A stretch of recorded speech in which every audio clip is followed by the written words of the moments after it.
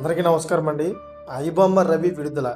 ఈ విషయాలన్నీ మీకు పూర్తిగా అర్థమవ్వాలంటే దయచేసి సబ్స్క్రైబ్ చేసుకోండి. ఫ్రెండ్స్, ఐబొమ్మ ఇప్పుడు అందరి నోళ్ళలో నానుతున్న పేరు.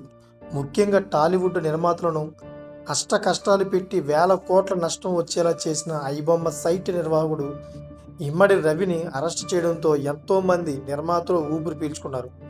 అంతేకాదు, సిపి సజ్జనార్ ప్రెస్ మీట్ పెట్టి మరీ ఐబొమ్మ రవి ఆకృత్యాలు బయటపెట్టారు. అయితే ఈ ప్రెస్ మీట్లో సినీ ప్రముఖులు కూడా పాల్గొని హర్షం వ్యక్తం చేశారు.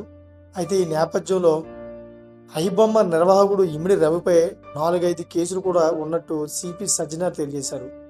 అయితే తాజాగా సోషల్ మీడియాలో వినిపిస్తున్న సమాచారం ప్రకారం కొంతమంది నిపుణులు ఐబొమ్మ రవిపై పెట్టిన ఏ కేసు కూడా చెల్లదంటూ సంచలన విషయాలు వెలుగుకు తీసుకొస్తున్నారు.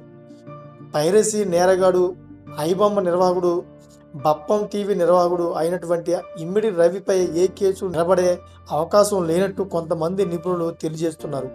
ఎందుకంటే ఆయన తన వెబ్సైట్ ద్వారా సినిమాలు అప్లోడ్ చేసి ప్రజలకు ఫ్రీగా సినిమా చూపించారు, కానీ ఆ సినిమాలను అప్లోడ్ చేసి చూసేవారి దగ్గర డబ్బులు డిమాండ్ చేయలేదు.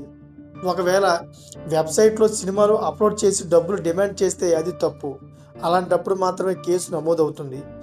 మరి ఆయన డబ్బులు డిమాండ్ చేయలేదు కాబట్టి ఆ కేసు నిలవదు అని కొంతమంది అంటున్నారు. అలాగే తన సైట్లో అప్లోడ్ చేసిన కంటెంట్ మధ్యలో అడ్వర్టైజ్మెంట్స్ చూపించి డబ్బులు సంపాదిస్తే తప్ప ఆయన మీద కేసు విడుదల నిలవదని కొట్టిపారేస్తున్నారు. మొత్తంగా ఐబొమ్మ నిర్వాహకుడు రవిపై పెట్టిన ఏ కేసు కూడా సాలిడ్గా నిలబడే అవకాశం కనిపించడం లేదంటూ కొంతమంది నిపుణులు తెలియజేయడంతో ఈ విషయం కాస్త సోషల్ మీడియాలో పెద్ద ఎత్తున వైరల్ అవుతుంది. Thank for watching friends.